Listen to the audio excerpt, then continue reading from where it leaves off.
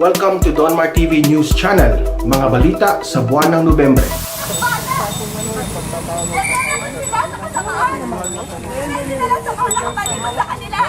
Napakadaming puro dito na nagre-recruit ng mga anak namin. Pero dapat kayo dyan tahimik. Ang dami ng bata na mamatay pero wala kayong ginagawa. Ang dami na gawa nyo. Hindi nyo anak yun. Anak namin yun. Pero tahimik kayo. Dapat liable kayo lahat. Dapat kayo makulong. Dapat kayo nasa bundok. Hindi yung mga anak namin. Ilang taon na namin hindi nakakasama yung mga anak namin. Pero wala kayong ginagawa. Di wala isang nagsabi sa inyo parang pagiranin yung loob namin. Hindi hayop yung mga anak namin para maging manifest statistics lang. Tao sila, tao. Mula sa pinakababa hanggang sa pinakamataas na posisyon dito sa eskwela nito, tahimik kayo. Hindi nyo kasi buhay yun. Hindi ko alam kung malaki yung perang natatanggap nyo, pero ibalik yung mga anak namin. Liable kayo sa lahat ng mga batang nawawala. Galing sa tax namin ang pera ginagamit dito, pero mga anak namin ang kinukuha nyo at pinabahaman. Wala kayong makapatan sa buhay ng aming mga anak. Rally lang naman ng mga magulang ng mga kabataan na nag-aaral. Hindi ko alam, high school pa lang. Nira-radicalize nyo na yung mga bata. High school pa lang. Pinapag-gising nyo na yung utak ng mga bata para maging rebelde. Hindi yun ang tinuro namin. Hindi naman pagiging rebelde ang makakapagbabago ng lipunan ito. That's correct. Lahat sana ng mga radikal dito ng mga guro. Dapat kayo umakyat sa bundok at makapal ang mga mukha nyo. Sila yung mga guro nito. Wala kayong kwenta mga guro dahil mga anak namin ang pinapahamak nyo. Ano yung tamang At freedom? tagal-tagal na namin umiiyak kahit saan. Lalapit na namin para lang maibalik yung mga anak namin pero tahimik kayo. Kasi siyempre, mga opinion. Bakit? Bakit yung ginagawa sa amin to? Hindi kami pupunta dito na walang dahilan. Andito kami para sa mga anak namin. Andito kami para tigilan nila. Pagkakanlog sa mga terorista. Nasaan ba yung mga puso nyo bilang tao? Bakit yung mga dad hinahayaan yung makapasok yung mga hindi estudyante? Bakit hinahayaan yung mag-recruit? May pamilya kayo. May mga anak kayo. Sana nararamdaman niyo yung sakit. Sana hindi mangyari sa inyo yung mga nararamdaman namin. At sana lang, makipagtulungan kayo. Kahit hindi na sa gobyerno, sa mga magulang na lang. Dahil buhay ng mga anak namin yung nakataya dito. Hindi buhay ng anak niyo, buhay namin. Sa pagtahimik niyo, dapat kasama kayo sa krimen. Hindi niyo alam yung sakit na dinadanas namin araw-araw. Sa pagtulog pa lang, tinitingnan namin yung higaan nila, wala. Yung kulang yung isang anak namin, wala. Pero kayo, ginagampanan nyo nga yung trabaho nyo, pero pinababayaan nyo naman na may mga batang namamatay. Pinababayaan nyo yung mga FBI bumaba dito para mag-recruit. Sana meron kayong konting konsensya. Sana mahapag kayo sa mga magulang. Representante lang kami ng mga magulang na tumayo. Pero napakadami ng batang namamatay. Bakit tahimik kayo? Bakit ginagawa niyo to?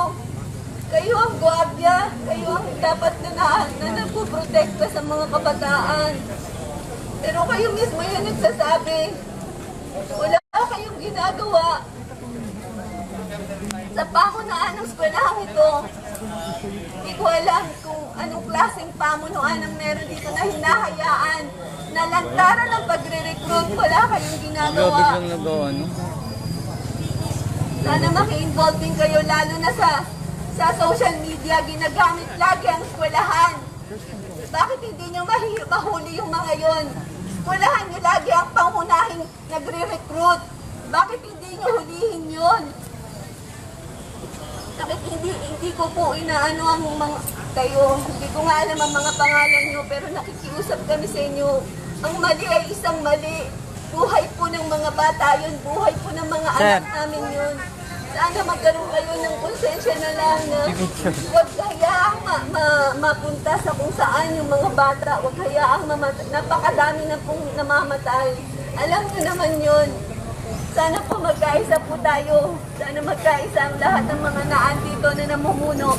Natulungan niyo kami. At sana kaya niyo tibagin pati ng pamunuan, yung mga recruitment dyan sa loob.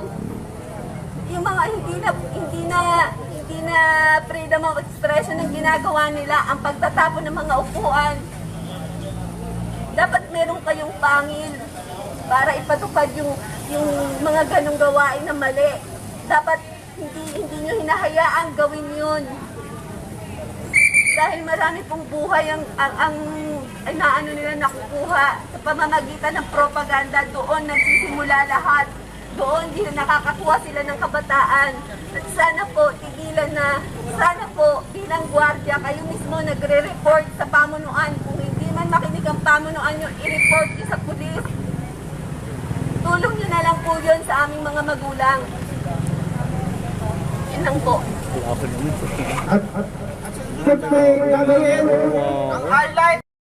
Lang po. Game na po. Maalala komunista! Ako nakakatulong sa mga initiatives natin na paglalagi para mag-provide ng development sa mga sosyal. Yan, itong aming ginagawang ganitong indignation rally na ito at saka na candle lighting rally na ginagawa ng League of Parents of the Philippines ay isa lamang po itong maliit na magsisilbing babala sa mga kabataan, lalo na sa mga magulang. At lalo din sa ating mga kabataan kasi sila po yung mga biktima ng ginagawang mga pagre-recruit ng mga iba't ibang grupo, especially dito sa PUP. Ang nandito po na nagpo-public na mga grupo na ng mga recruiter ng NPA ay ang Anak Bayan, na kung saan sila yung mga unang nag-post at naghihikayat na boycott, na online walkout, and outs Duterte. Which is, bilang Pilipino, alam po natin na marami po tayong nararanasan mga problema dito sa ating gobyerno. Pero this is not the solution. This is not the solution yung mag-boycott ka, yung mag-walkout ka, and outs Duterte. We all know that one. Pero sa amin sa League of Parents of the Philippines, ginagawa po namin ito para po maipakita, maiparinig sa mga taong bayan na hindi lang po nag-iisa ang ating gobyerno para labanan ang ginagawang mga ganitong klaseng kaguluhan ng CPP-NPA, NDF. Siguro naniniwala kami na ang mga kabataan ito ay hindi po sila yung mga yung gumawa ng ganyang klaseng utak ay palabas sa social media, sa saan mang klase ng interviews po nila.